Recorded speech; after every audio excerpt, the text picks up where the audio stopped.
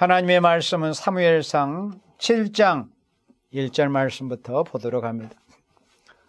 기럇 여아림 사람들이 와서 여호와의 궤를 옮겨 산에 사는 아비나답의 집에 들여놓고 그 아들 엘리야사를 거룩히 구별하여 여호와의 궤를 지키게 하였더니, 이 상황은 여러분들이 성경을 많이 읽어보신 분들은 어떤 과정을 거쳐서 여기에 이르게 되었다는 것을 여러분들이 익히 다 알 겁니다. 이 일의 근원은 하나님의 종의 부패에서부터 시작이 됐어요. 사사시대 때 엘리라고 하는 대제사장이 있었습니다. 그리고 그 두 아들 옴니와 비느하스라는 두 아들이 제사장으로 있었어요. 그러니까 3부자가 제사장이었습니다. 그랬는데 엘리가 98세까지 장수하긴 했지만은 사사로서 이스라엘 백성들을 40년 이상을 다스렸어요. 대제사장으로 있으면서. 그랬는데 한 가지 치명적인 단점이 있었어요. 그게 뭐였냐면 자식을 신앙으로 제대로 교육을 하지를 못했던 거예요. 그 두 아들이, 옴니와 비느하스라는 두 아들이. 그래서 하나님 앞에 범죄하는 걸 보고도 한두 번 이렇게 말로서 경계하고 그것을 끊어버리지를 못했습니다. 그 죄가 이스라엘 전역에 이제 만연하게 된 거예요. 그래서 하나님이 이스라엘을 징계하셔가지고 이방 백성인 블레셋을 불러다가 이스라엘을 징치하셨습니다. 그러니까 이스라엘 백성들이 너무 이제 공공에 처하니까 우리가 어떻게 하면은 우리는 지금 준비도 안 되고 힘도 약한데 도대체 어찌해야 되겠는가? 우왕좌왕하다가 어떤 사람이 여호와의 언약궤를 우리가 가져오자. 겁 없이 정말 무서운 그런 말을 한 거죠. 그러니까 이제 뭐 달리 이길 만한 이런 대책이 안 보이니까 그렇게 하자고 해서 여호와의 언약궤를 실로 성막에서 전쟁을 때 이제 모셔온 거예요. 그래서 결국에는 블레셋 사람한테 그것을 탈취를 당해버렸습니다. 빼앗겨 버렸어요.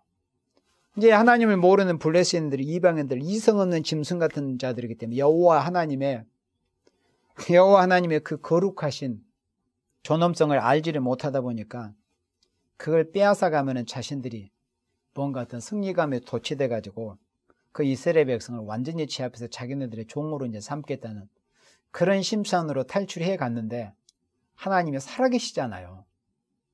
그리고 하나님의 그 거룩함을 상징하는 것이 바로 언약궤인데 그걸 탈취를 해가니 하나님이 가만두시켜서, 물론 이스라엘이 범죄해가지고 하나님이 징계는 했지만은 그래도 사람이 손을 대야 될 게 있고 해서는 또 안 될 짓이었어요. 그런데 이 블레셋인들은 하나님에서 모르다 보니까 언약궤를 탈취해 가면 겁 없이.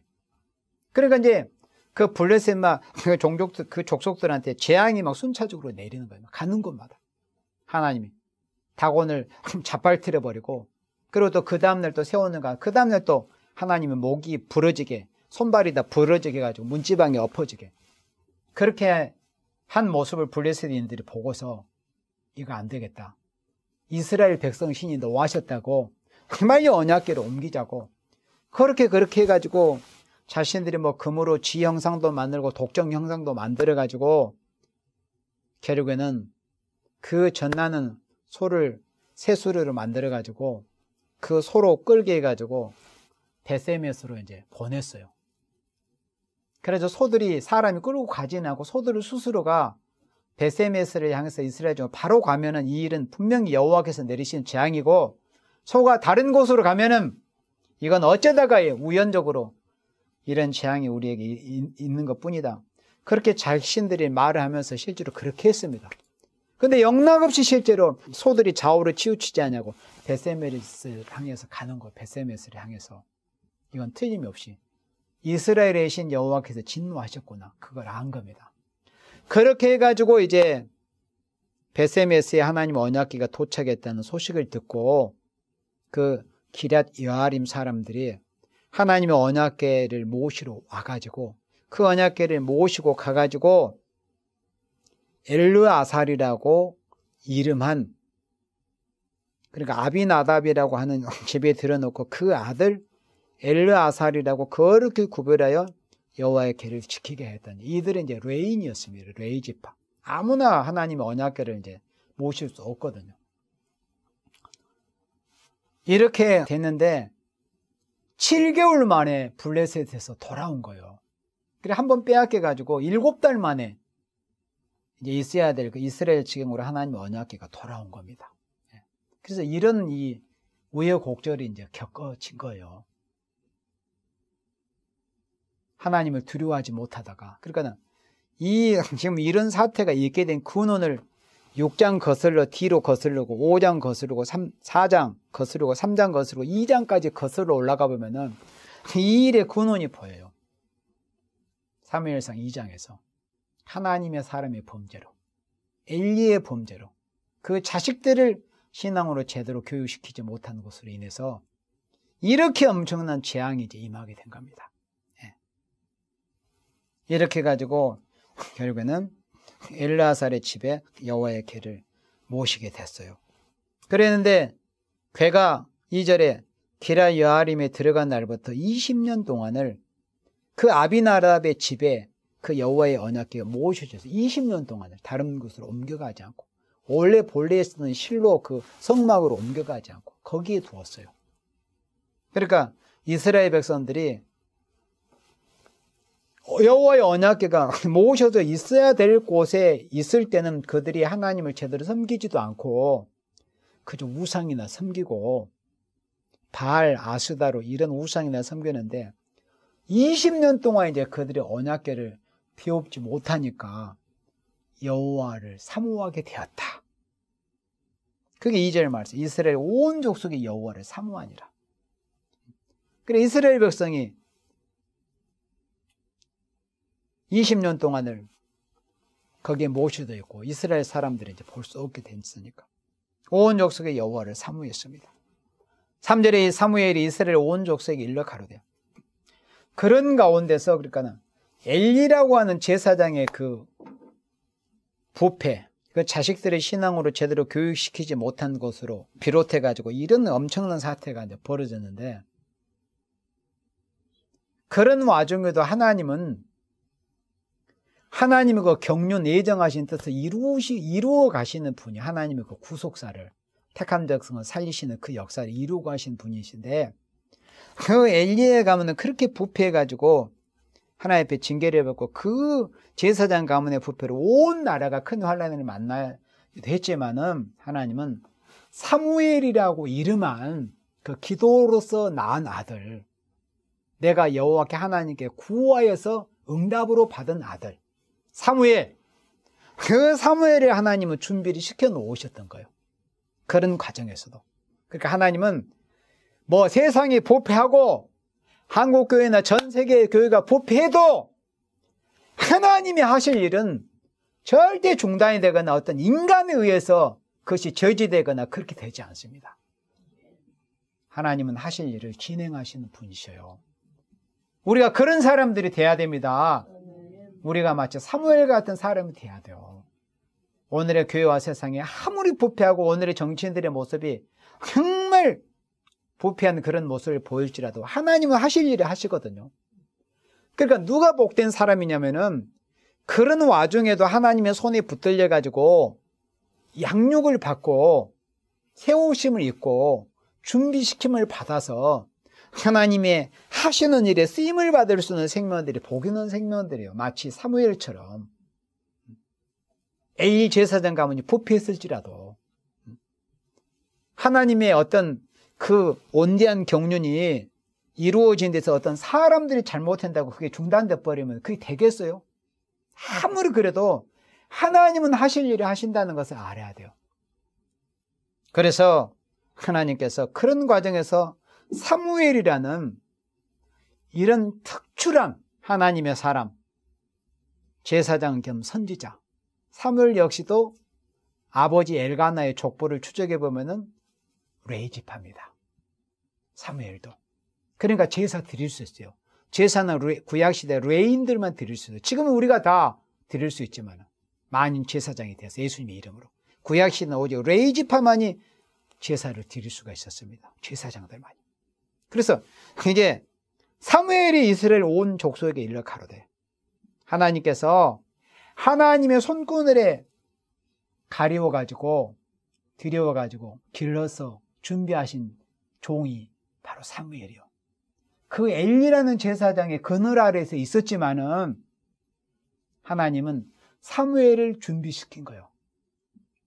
그리스도의 왕국의 애연적인 왕국이 될 그리스도의 왕국을 세우기, 다윗의 왕국을 세우기 위해서 왕이 필요하잖아요. 그 다윗의 왕국의 초대 왕은 다윗이에요. 물론 사울부터 이스라엘 왕은 시작이 됐지만, 그러면 그 다윗에게 기름을 부을 종이 필요했던 거예요. 그 생명을 하나님은 하나님의 손그늘에 가리워서 길러주신 거예요. 그 사람이 누구냐면은 바로 사무엘입니다. 이렇게 해서 애연적인 왕국이 이루어지게 된 겁니다. 사람이 알 수 없는 그런 가운데서 하나님께서 역사하심으로. 이래서 사무엘이 드디어 때가 돼가지고 이스라엘 온 족속에게 일러 가로되, 너희가 전심으로 여호와께 돌아오려거든 이방 신들과 아스다롯을 너희 중에 대하고.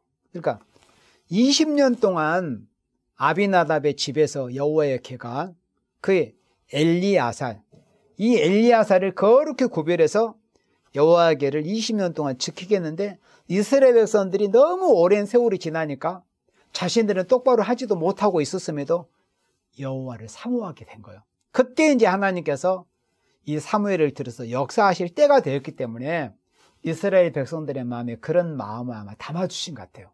그러니까 막 마음은 이제, 야, 우리 하나님 배우고 싶다, 하나님의 역사를 보고 싶어, 하나님의 말씀을 듣고 싶어, 이제 사모가 돼요. 그런데 이스라엘 백성 마음은 그렇게 원하지만은 그렇게 할 수 있는 상태가 아니었어요.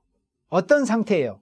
그들은 그들의 마음속에 또 유형적인, 외형적인 이런 모습에 바알과 아스다롯이 이런 우상이 그들을 가로막고 있었어요.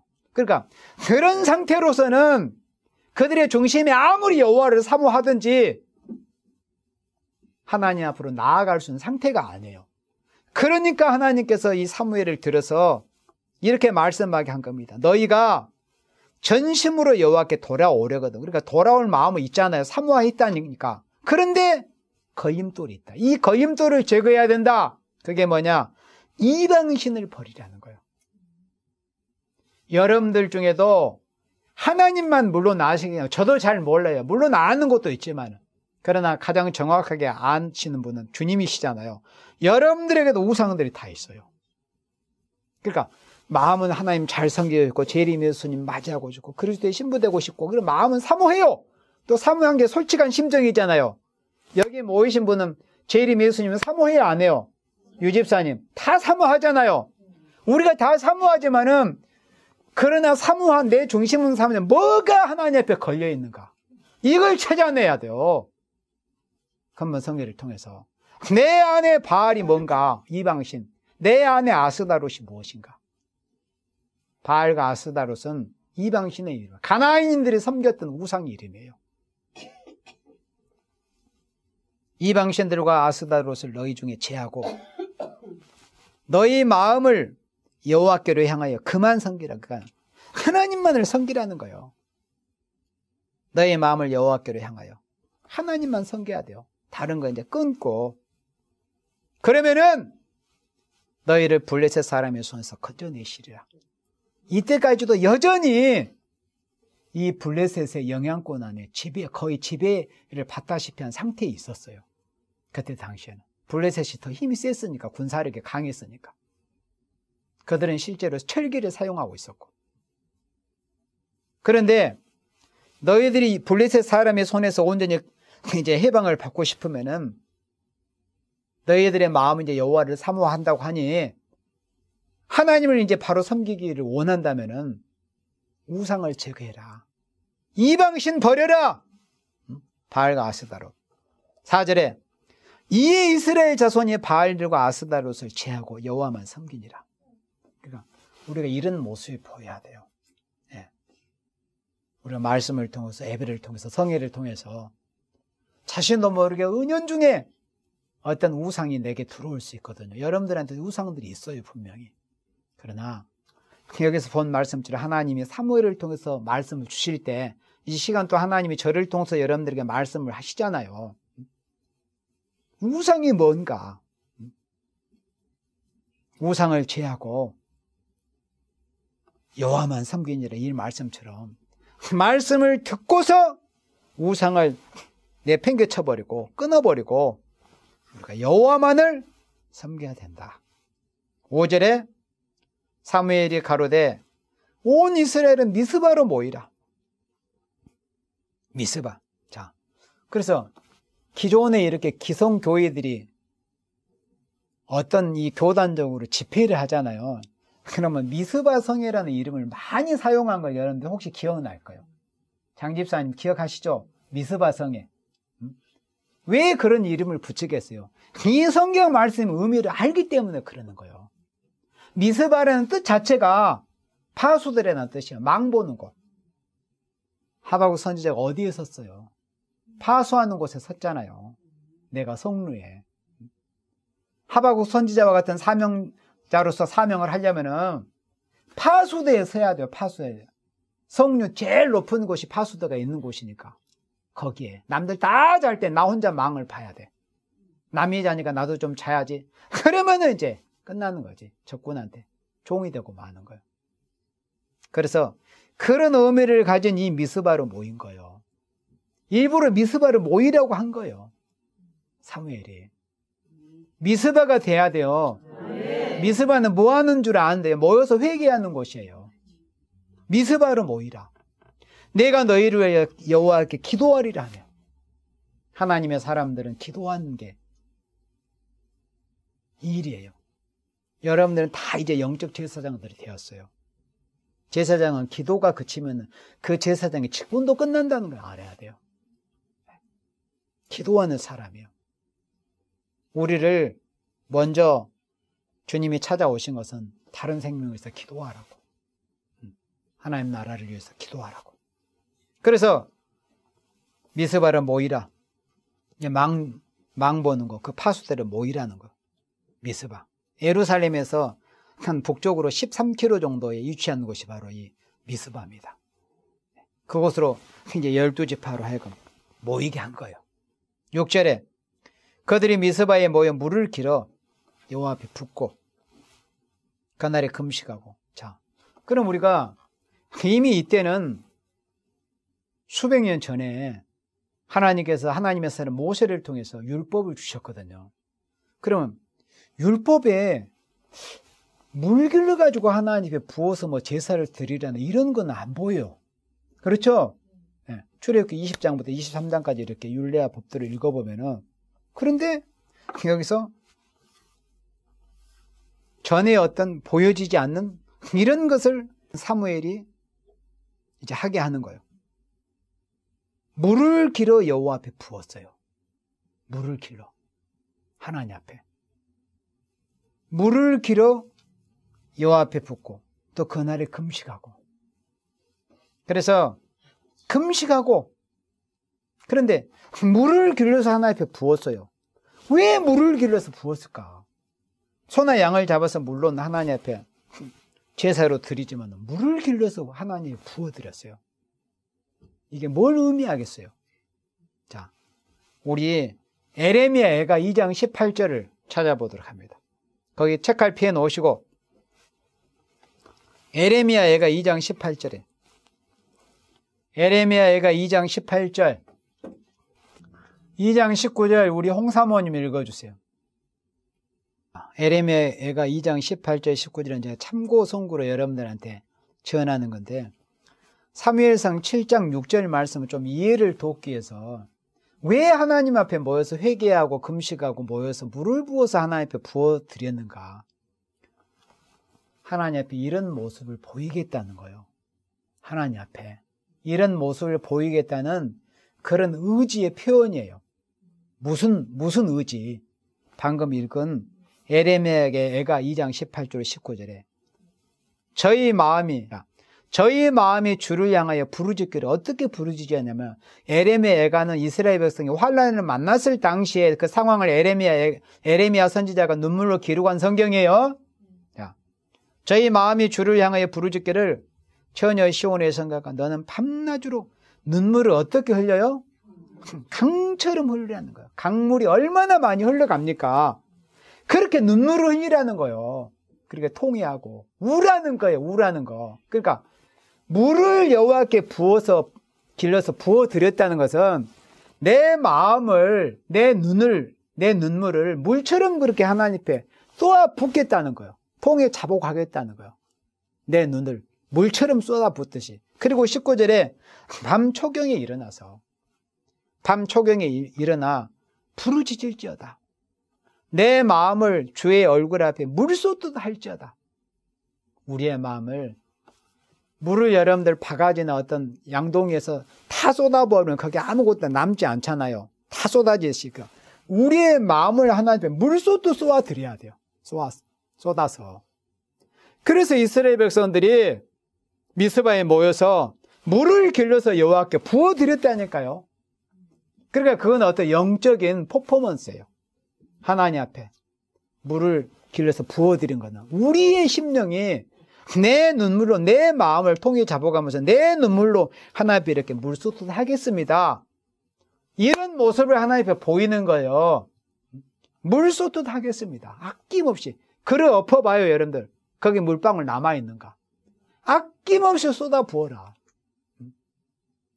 내가 통에 잡아가고 내 마음에 어떤 우상이 있었던지 온전히 하나님을 사랑하지 못한 것이든지 어떤 우상, 하나님의 뜻과는 맞지 않는 길, 하나님의 마음과 합하지 않는 어떤 것을 한 것에 대해서 이제는 모여서 미스바에 모여서 물 쏟듯이 내 마음을 쏟아서 부어드리는 거예요. 하나님 앞에 눈물로. 여기서 물은 눈물을 상징해요. 눈물은 뭐예요? 내 마음을 통해를 상징하는 거죠. 물 쏟듯 할지어다 그랬습니다. 그리고 각 길머리에서 주려 혼미한 내 어린 자녀, 네 어린 자녀. 예수님께서 십자가 지고 골고다 언덕에 오르실 때 많은 여인들이 예수님을 보면서 울었습니다. 그때 예수님이 뭐라고 하셨어요? 예루살렘의 딸들아, 나를 위해서 울지 말고 너와 네 자녀를 위해서 울어라. 그러면은 신앙의 지식이 어떤 자녀들을 통해서 바로 나타납니다.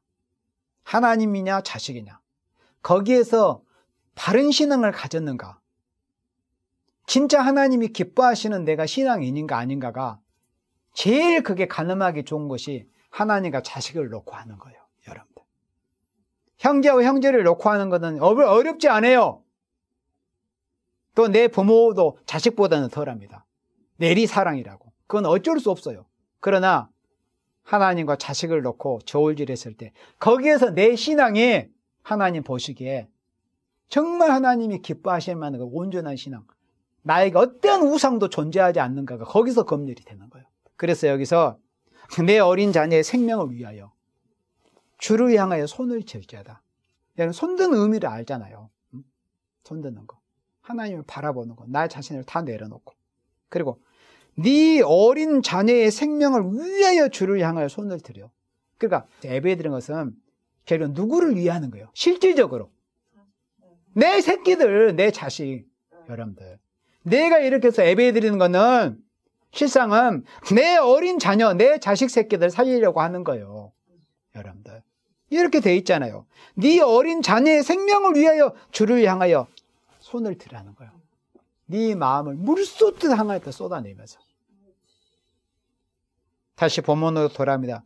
자녀에 대해서는 이제 말씀이 한 구절이 더 남았어요. 자, 7절 돌아옵니다. 본문 7절. 사무엘상 7장 7절. 사무엘상 7장 7절. 합독합니다. 이스라엘 자손이 미스바에 모였다함을 블레셋 사람이 듣고 그 방백들이 이스라엘을 치러 올라온지 이스라엘 자손이 듣고 블레셋 사람을 두려워하여 사무엘에게 이르되. 자, 거기까지요. 블레셋 사람이 이제 치러 올라왔어요. 드디어 이제 하나님의 영광을 나타내실 때가 된 겁니다.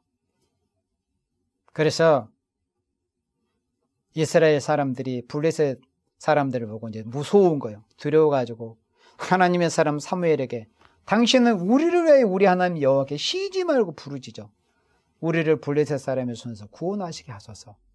이스라엘 백성이 자신들이 기도하려고는 하지 않고 사무엘 선지자는 그래도 하나님이 기뻐하시는 종이라는 것을 그 정도 이제 알고 인정하기 때문에 이렇게 말을 한 거지만은 사실 자신들이 부르짖어야 돼요. 그러나 어쨌든 사무엘에게 위탁을 했어요. 당신은 우리를 위해서 쉬지 말고 기도해서 우리를 블레셋 사람의 손에서 구원하시게 하소서. 그리고 이제 9절. 자, 9절 말씀을 우리 김순희 전도사님 읽어주세요.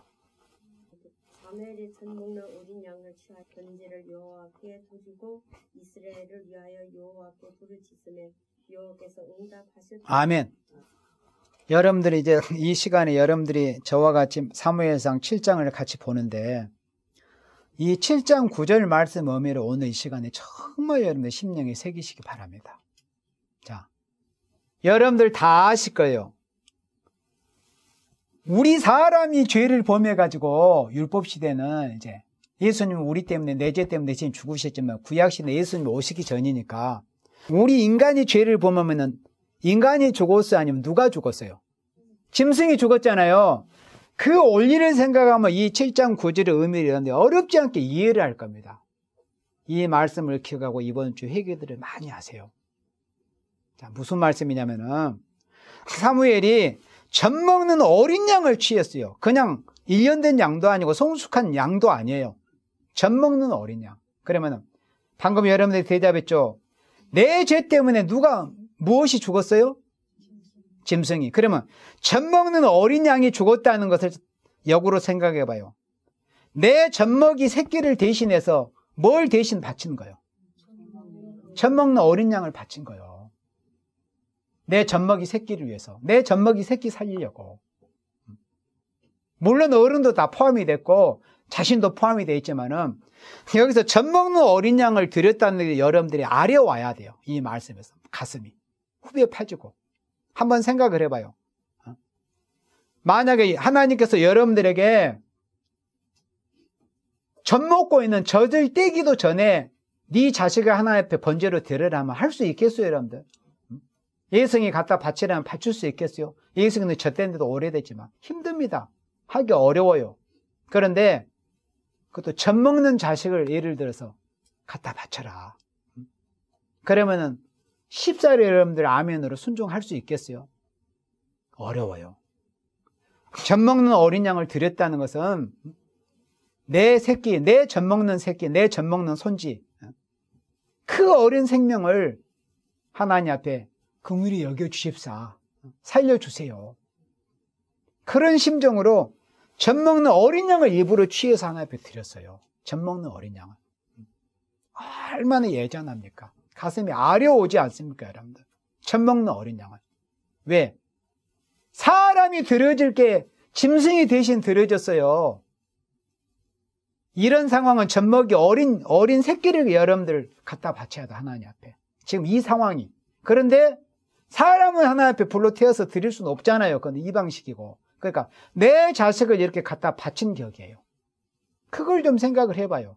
여러분들 이 말씀을 이해를 못하면은 진짜 자식 사랑 못합니다. 여러분들. 내 자식을 어떻게 사랑할 것인가? 하나님이냐 자식이냐? 하나님을 기쁘시게 해드림이 있잖아요. 내 자식은 같이 덤으로 같이 삽니다. 내가 바로 서면은.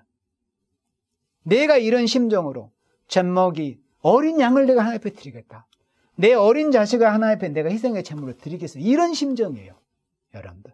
그렇게 할 수 있어요? 내가 볼 때 여러분들 거의 어려울 거예요. 물론 그렇게 하시는 생명도 없지 않아 있겠지만은 거의 대부분 아직까지는 그런 단계는 아닐 겁니다. 여러분들. 내 자식을 희생시켰어라도 살릴 수만 있다면은 내 자식과 내 가족을 살릴 수만 있다면 젖 먹는 어린 양을 취하여서 온전한 번제를 여호와께 드렸어요. 젖먹이 어린 양을, 젖도 떼지 않는 양을 생각을 해봐요. 아무리 짐승이라도 늑대, 곰, 개새끼라도 어릴 때는 다 보기에 귀여워요. 그렇죠? 돼지 새끼도 어릴 때 얼마나 귀엽습니까? 개도 다 귀여워요. 어릴 때는 짐승도 다 귀여워요.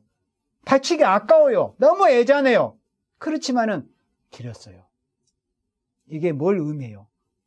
내 젖먹이 자식이라도 하나님 앞에 살리기 위해서는 드려야 되는 거예요. 회개를 위해서는. 그래야 내 젖먹이 자식이 살고 내가 사는 거예요. 이 의미를 알아야 돼요, 여러분들. 물을 쏟아붓고 내 심령 안에 있는 것을 다 하나님 앞에 물을 쏟아붓듯이 눈물로 다 쏟아부어야 돼요. 그리고 젖먹이 어린 양, 젖먹는 어린 자식을 하나님 앞에 드리듯이 이렇게 드려야 돼요. 이게 진정한 회개예요. 이렇게 할 수 있는 사람이 하나님 앞에 온전한 회개를 이루고 하나님 앞에 인정을 받을 수 있어요.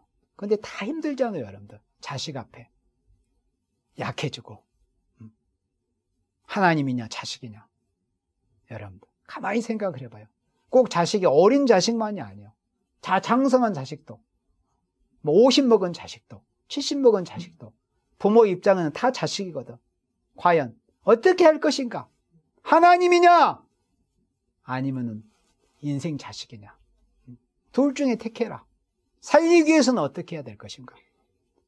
젖먹이 양을 갖다 바쳐라. 그래야 온전한 해결을 이룰 수 있다.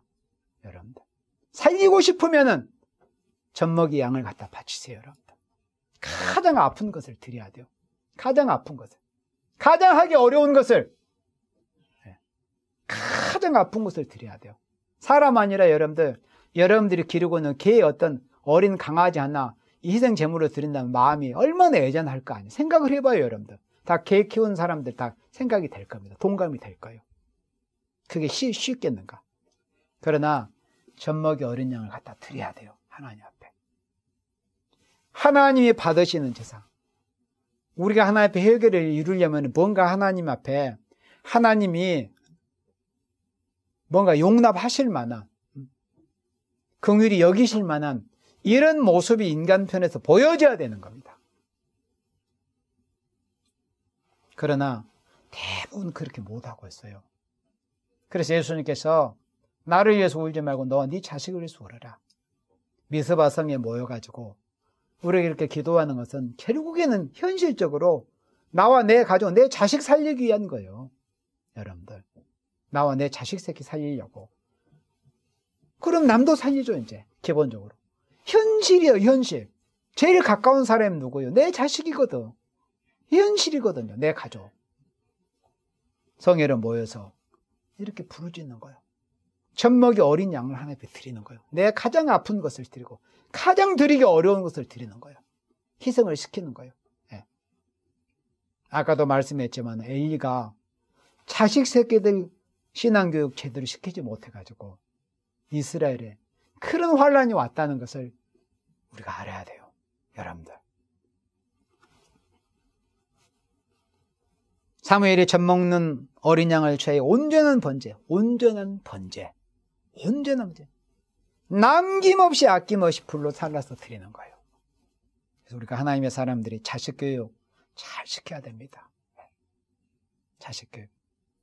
온전한 번제를 여호와께 드리고 이스라엘을 위하여 여호와께 부르짖으며. 그러니까 그냥 부르짖는 게 아니었어요. 그냥 공소로 부르짖는 게 아니라 물을 쏘아 붓고 젖먹이 어린 양을 하나님 앞에 번제로 드리고 이렇게 하면서 부르짖어야 되는 거예요.